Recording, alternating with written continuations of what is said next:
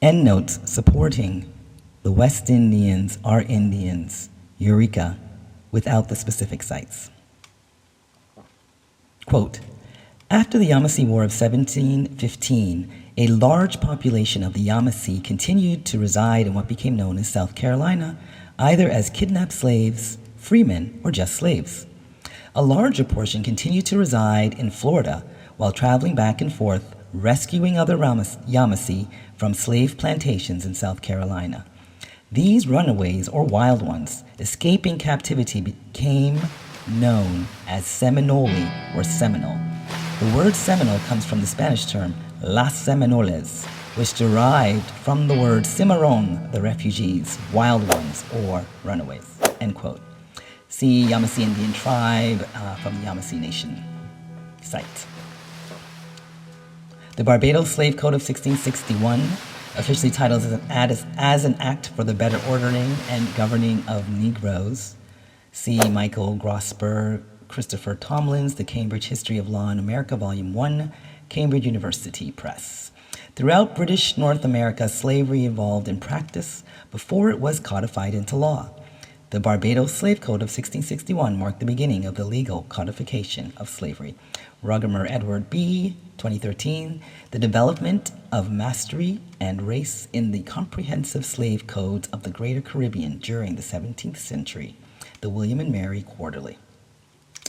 Quote, 1511, King Ferdinand of Spain issued an authorization in December of this year for the taking of Amerindian slaves from Barbados. The vast majority of local Igneri Arawaks were captured by Spanish slave-raiding ships and sent to Hispaniola, where they were worked to death.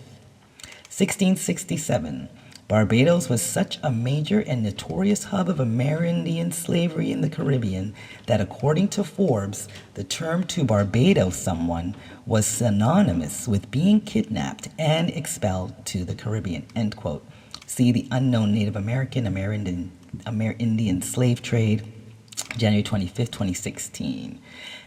Quote, after the Tuscarora War in 1711, many native people were sold into slavery in the West Indies. However, it occurred earlier as well.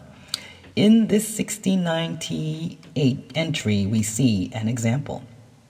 Deposition of William Duckingfield, a Maharan Indian, informed the Tuscarora Indians that their two missing men were not killed by the English, but that a Daniel Pugh of Nansemond County had sent 4 of them to Barbados and other islands. The Tuscarora threatened revenge, but agreed to have Duckingfield talk to the governor on their behalf to prevent the English warring on them if attacked by them. They shall see the governor themselves in warmer weather. Pugh is ordered to come to court to answer complaint. End quote. See Roberta Estes, Tuscarora sent to Barbados, 1690, February 29, 2012. Quote, up until this time, March 1713 to 1715, the Tuscaroras were the strongest, most militant Indians in eastern North Carolina, and they almost acted as a court preventing settlement out to the Piedmont, but also preventing settlement down into the Cape Fear. And after Indian power is broken, you quickly have settlement in the Piedmont, settlement in the Cape Fear, and this line of settlement quickly moves out, and they start dealing with the Catawbas and then the Cherokees, end quote. See George Olson, The Tuscarora War, David Lavier, December 18, 2013. Quote, in 1687, some Spaniards attempted to send captive Yamasees to the West Indies as slaves. The tribe revolted against the Spanish missions and their native allies and moved into the English colony of the Carolinas, present-day South Carolina. Present-day South Carolina, end quote. See Freeman Michael, 2018.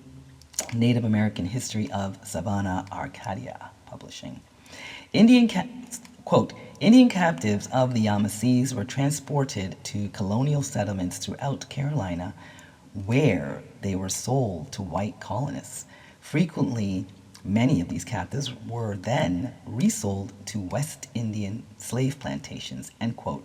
See Otis Stephen J., 2004, Colonial Complex, South Carolina's Frontiers in the Era of the Yamasee War, 1680 to 1730, University of Nebraska Press.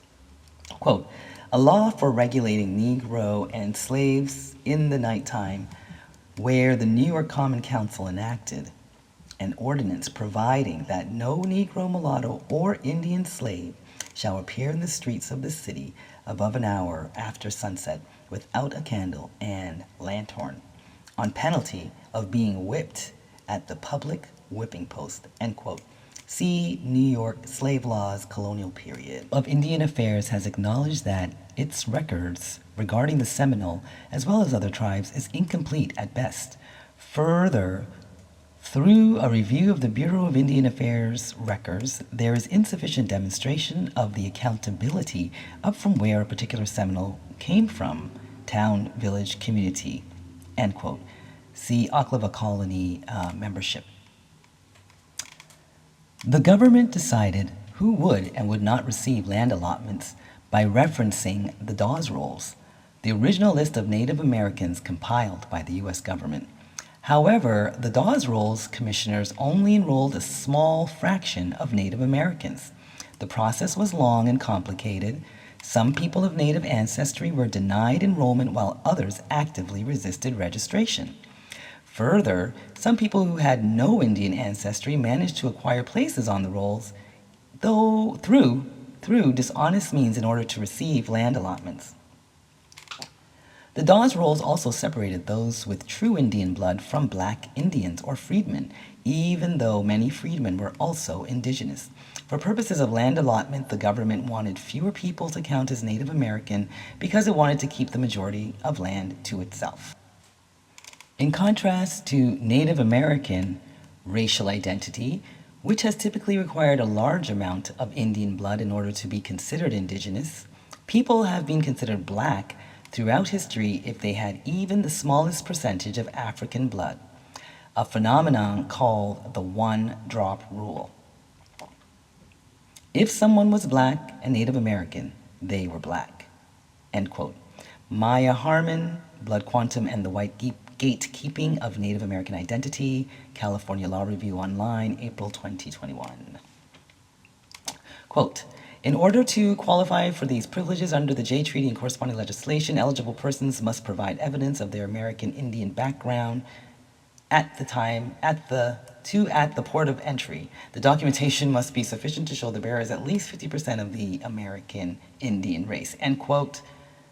See First Nations and Native Americans, U.S. Embassy and Consulates in Canada. Quote, Maroons can also be classified as tribal peoples. Tribal peoples enjoy essentially the same rights as indigenous peoples under international law.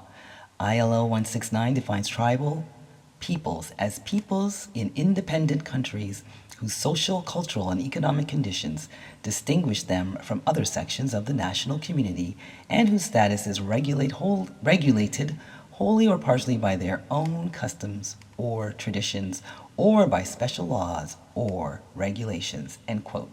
See the Rights of Maroons in International Human Rights Law, Cultural Survival, Quarterly Magazine, December 2001. Peace.